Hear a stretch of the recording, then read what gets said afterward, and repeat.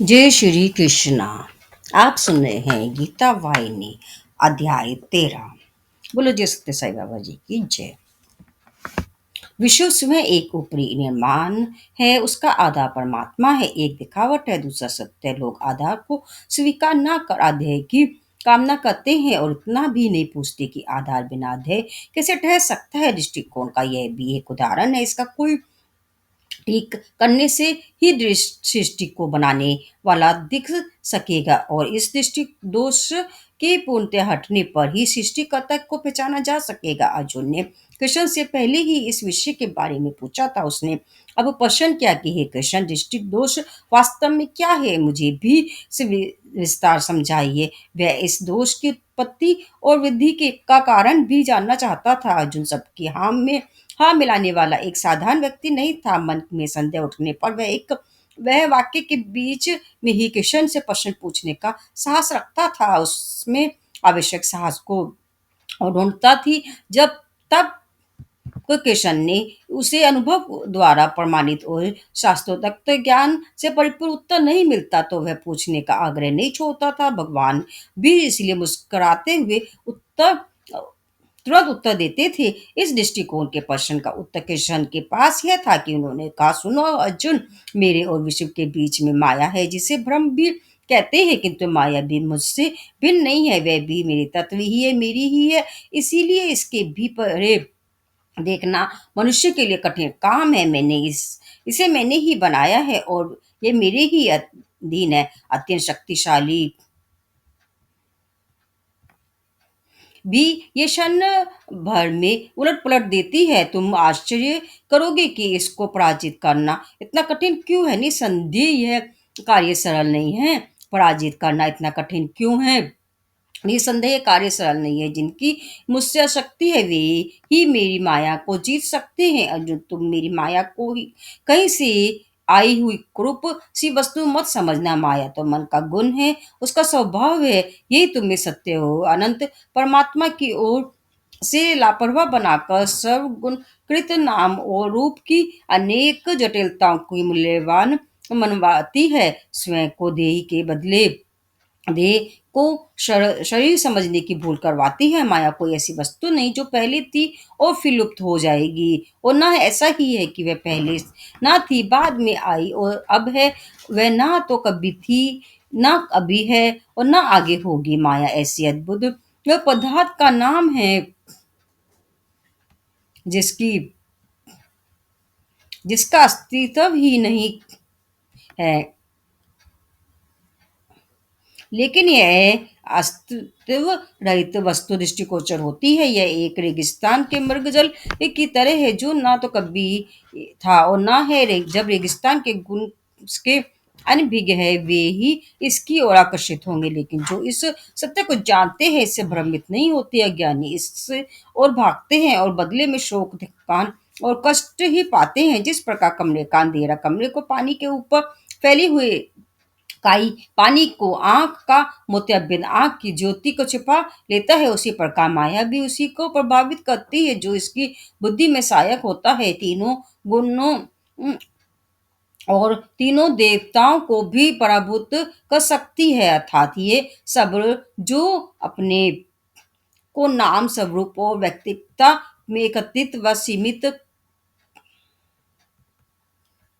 रखते हैं, माया से प्रभावित होते हैं। जीव भ्रांति जीवन से एक रूपता के कारण ऐसा होता है। तब भ्रांति तत्व से एक रूपता इसे संचालित करती है, तत्व को यह छिपा देती है, किंतु तत्व को जिन्होंने समझ लिया है उनको यह प्रभावित नहीं करती। अर्जुन, तुम मुझसे पूछोगे कि जिस प्रकार माया यह जहाँ पैदा होती है वहीं फैलकर उसे हानि पहुंचाती है, उसी प्रकार क्या मैं जिसने उसमें जन्म लिया है मलिन ना हो गया हूँ? ऐसा संदेह व स्वाभाविक होते हुए भी निराधार है। माया इस रूप पूरे जगत का कारण है, लेकिन परमात्मा का कारण नहीं है। माया मेरे अधीन है। ये जगत जो माया से उत्पन्न है मेरी इच्छा अनुसार कार्य करता है, वह संचालित होता है। इसीलिए जो मुझमें अनुक्त है और मेरी इच्छा अनुसार कार्य करते हैं उन्हें माया हानि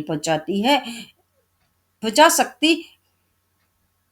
माया उनके आधिपत्य को भी स्वीकार करती है। माया को पराजित करने का एकमात्र उपाय है विश्व व्यापक के ज्ञान की प्राप्ति और स्वयं की विश्व सत्ता को फिर से खोज निकालना है जो अनंत है, उसे तुम जीवन की सीमा में बांधते हो। इसी कारण माया उत्पन्न होती है। भूख और प्यास जीवन का गुण है, आनंद शोक पर्वती कल्पना जन्म और मरण शरीर के गुण है। ये सब अनात्मा है। तुम स्वयं विश्वव्यापी हो, फिर भी अपनी को इन सब अनात्मिक गुणों से निमित्त वे इनके अधीन समझती हो। ऐसा विश्वास का होना ही माया है। लेकिन याद रखो कि जिसने मुझसे शरण ली है, माया उसके पास पहुंचने की हिम्मत भी नहीं कर सकती। जिनके ध्यान में माया है उनके लिए वह एक बाधा रूप है, लेकिन जो परमात्मा में ध्यान लगाते हैं उनके लिए माया भी माधव बन जाती है। माया की बाधा दूर करने के लिए तो अनंत परमात्मा से एक तमा बढ़ानी चाहिए या भगवान में पूर्ण शरणागति की अवस्था प्राप्त करनी चाहिए। प्रथम ज्ञान योग कहलाता है, दूसरा भक्ति योग।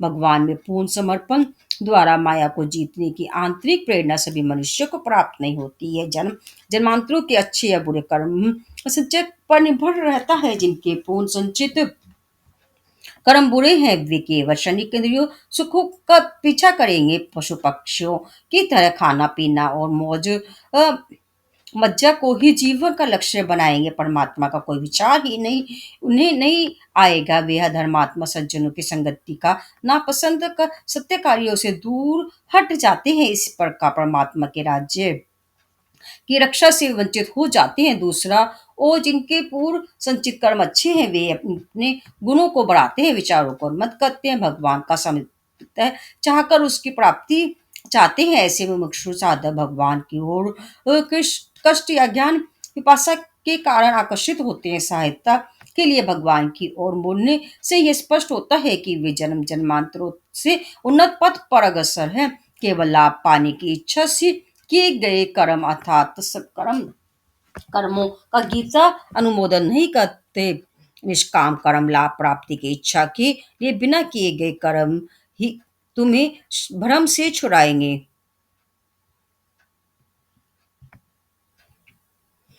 अब आत्म भक्त के बारे में जो भगवान की ओर अपने कष्ट दूर करने के लिए प्रेरित होता है, एक संदेह उठ सकता है कि प्रश्न उठेगा कि क्यों ऐसे व्यक्ति का को भक्त कहा जा सकता है। संसार में ऐसा कोई नहीं जिसे कोई भी इच्छा न हो। अपनी इच्छा पूर्ति के लिए प्रत्येक दूसरे पर निर्भर होता है। ठीक है, वस्तुओं से संबंधित इच्छाओं का होना भी भूल है ना। और फिर अपनी ही जैसे एक मनुष्य पर अपनी इच्छा पूर्ति के लिए निर्भर होना उससे भी बढ़कर भूल है। आदर भक्त को भगवान में ही विश्वास और आदर भाव है, इसीलिए वह उन्हीं की और प्रेरित होता है, मनुष्य की ओर नहीं। आग्रह पूर्वक उनसे ही जो चाहता है मांगता है। इच्छाओं को पोषण भूल है। फिर भी ये निम्न साधनों पर अपनी इच्छा पूर्ति के लिए निर्भर होने की महत्व भूल से वह बचता है, इसीलिए वह ऊंचा है ना। इस उच्चता को तुम तब समझोगे जब यह जान लोगे कि तुम्हारी इच्छा का इतना महत्व नहीं है जितना कि इच्छा पूर्ति के लिए अपनाए गए साधन का लक्ष्य परमात्मा है। वही देने वाला है, केवल उसकी कृपा ही इच्छा पूर्ण कर सकती है। जब ऐसा विश्वास दृढ़ हो जाएगा तब तुम आत्म भक्त की योग्यता को यथार्थ में मान लोगे। गीता में उल्लिखित प्रथम तीन प्रकार के भक्त आद अर्थाती और जिज्ञासु भगवान के परोक्ष रूप के दृढ़ उपासक है। अपनी इच्छा पूर्ति या लक्ष्य प्राप्ति के लिए वे भगवान को खोजता है और निसंदेह हमेशा भगवान की आराधना एवं स्मरण करते रहते हैं।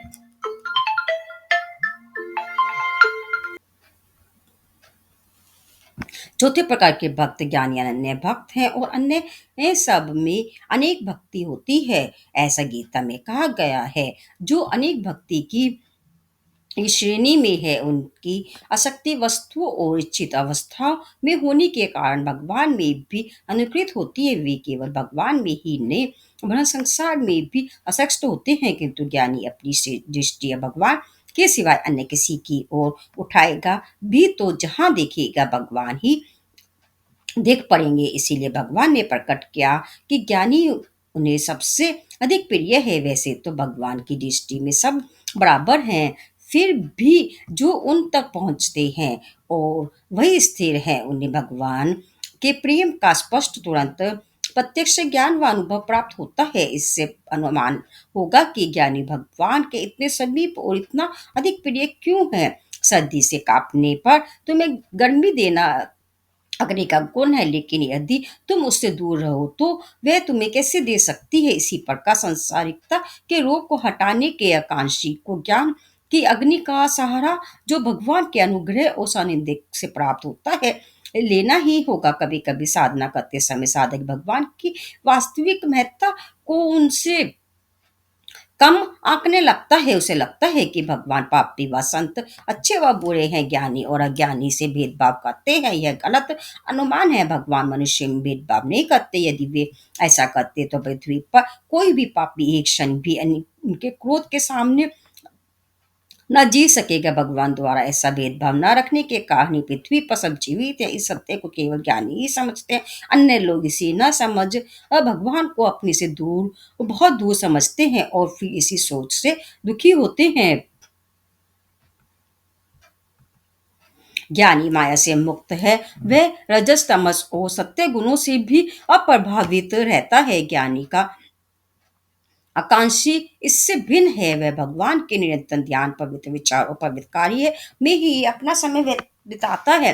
अन्य दोनों अर्थात ई और आत ऊंची अनुभव प्राप्त कर सत्य और असत्य पर बारंबार विचार कर जिज्ञासु बन जाते हैं। बाद में पूर्ण ज्ञानी हो भी अपनी रक्षा कर लेते हैं। इस प्रकार का मनुष्य उन्हें लक्ष्य की प्राप्ति होती है। एक ही झटके में तुम्हें पूर्ण लक्ष्य की प्राप्ति नहीं हो सकती। इस उदाहरण द्वारा ये और अधिक स्पष्ट हो जाएगा। ज्ञानी को एक सीधी रेल प्राप्ति हो जाती है, अर्थात लक्ष्य पर पहुंचने के लिए रेल बदलनी पड़ती।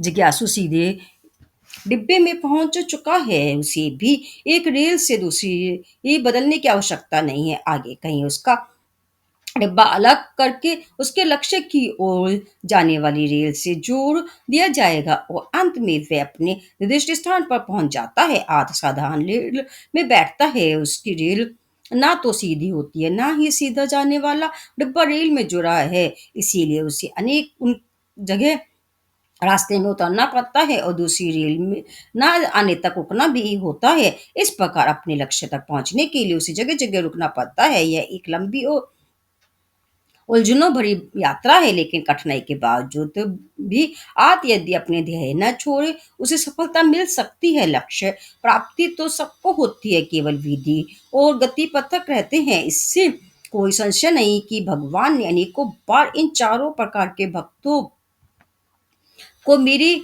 अपने कहा है। उन्होंने ऐसा क्यों कहा? इसीलिए कि उन सबका एक ही उच्च लक्ष्य है। इसीलिए सर्वदा विश्व व्यापक और असीम की आकांक्षा रखो। अपनी इच्छाओं को क्षुद्र और सीमित ना रखो। कंजूसी छोटी छोटी चीजों की इच्छा रखते हैं और दयालु और विशाल हृदय ही परमात्मा के आकांक्षी ही होते हैं। किशन ने बताया, ज्ञानी की भक्ति सहज भक्ति है। दूसरे की भक्ति का गौण भक्ति कहा जा सकता है। ज्ञानी परमात्मा को अपनी ही आत्मा अनुभव करता है। भक्ति कहते हैं पूज्य में अनुरिक्त भक्ति है। ऐसा किशन बोले। अनेकों जन्मों के पूर्व संचित अच्छे कर्मों के परिणाम स्वरूप ज्ञानी ऐसा हो जाता है।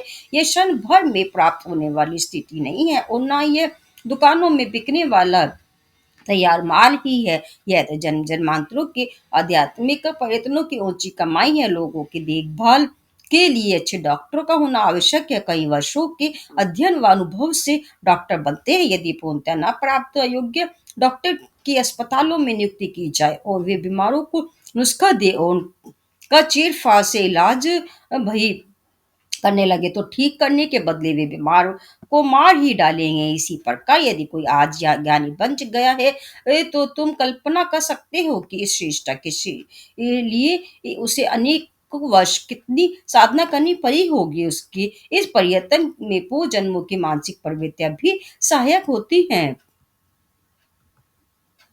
आजकल अनेक प्रकार के लोग अपने ज्ञानी को ज्ञानी कहते हैं। वे शायद यह नहीं समझते कि ज्ञानी अपने विशिष्ट गुणों द्वारा ही जाना जाता है। सच्चे ज्ञानी की पहचान स्वानुभव पर आधारित उसकी यह घोषणा है, वासुदेव स्वयं इदम।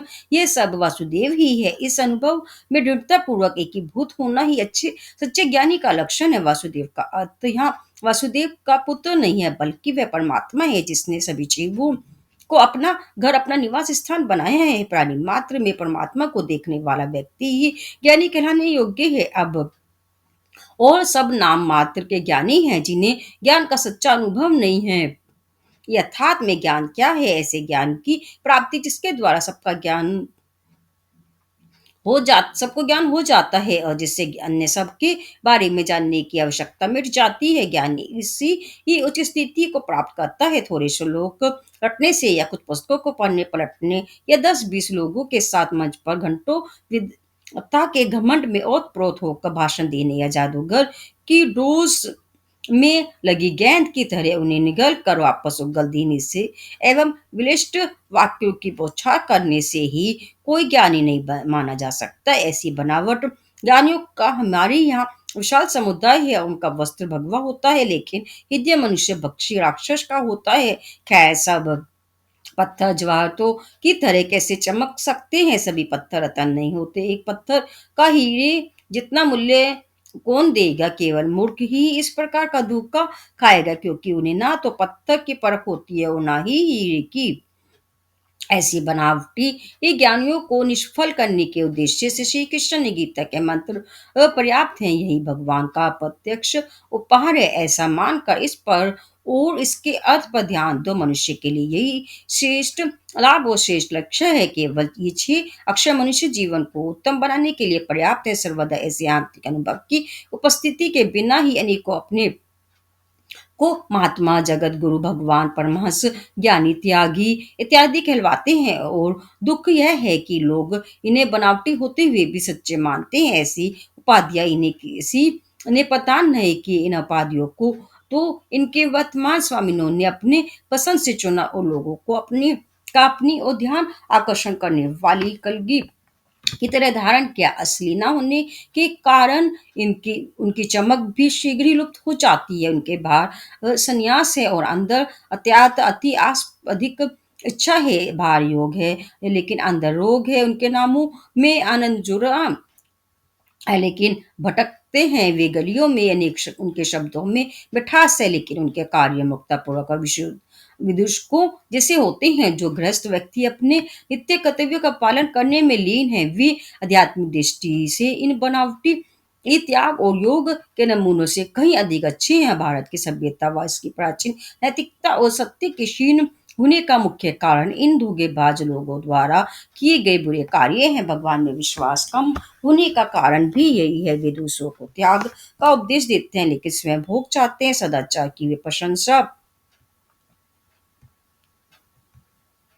करते हैं लेकिन उनके व्यवहार में दूसरे के लिए तिरस्कार भरा है। संन्यास की जड़ इनके ऐसे आचरणों से सदा के लिए मिट कट जाती है। जहाँ शब्द और कार्य का समन्वय नहीं, वहाँ सत्य कलेश मात्र अंश भी नहीं होता। गृहस्थ तो न्यूनाधिक मात्रा में दृढ़ होकर सत्य का पालन करते भी ये है। इनमें अनेक घिन्नो रहित और शुद्ध हृदय के हैं जो सदाचार और नीति के मार्ग पर चलते हैं लेकिन त्यागी और योगी बनकर प्रदर्शित करने वालों में हर प्रकार की घृणा और इच्छा से स्पष्ट प्रकाशित होती है। औरों को गिरने के लिए बनाए गए गड्ढों में वे खुद ही गिर जाते हैं। अहंकार, ईर्ष्या और प्रदर्शन साधक के सब प्रयत्न निष्फल कर देते हैं। इसीलिए साधक और भक्त को सर्वदा सावधान रहना चाहिए। इन अवांछनीय प्रवृत्तियों से अपने को दूर रख भगवान की महत्ता पर अपना ध्यान लगाना चाहिए। नैतिक आचरण द्वारा उत्साह से सच्ची आत्मानंद की अनुभूति प्राप्त कर अपने परम आनंद में पूरे संसार को सहभागी ही बनाना चाहिए। इससे विश्व शांति और विश्व समृद्धि का अभ्युदय होगा। कृष्ण ऐसे ही सच्चे ज्ञानियों की ओर संकेत करते कह रहे थे कि पूरा विश्व ऐसे ज्ञानियों को तेज विस्तार से आलोकित होगा। वास्तव में ज्ञानहीन मनुष्य अंधेरे घर की तरह होता है। ये था गीता वाहिनी का अध्याय 13। बोलो जय श्री कृष्ण।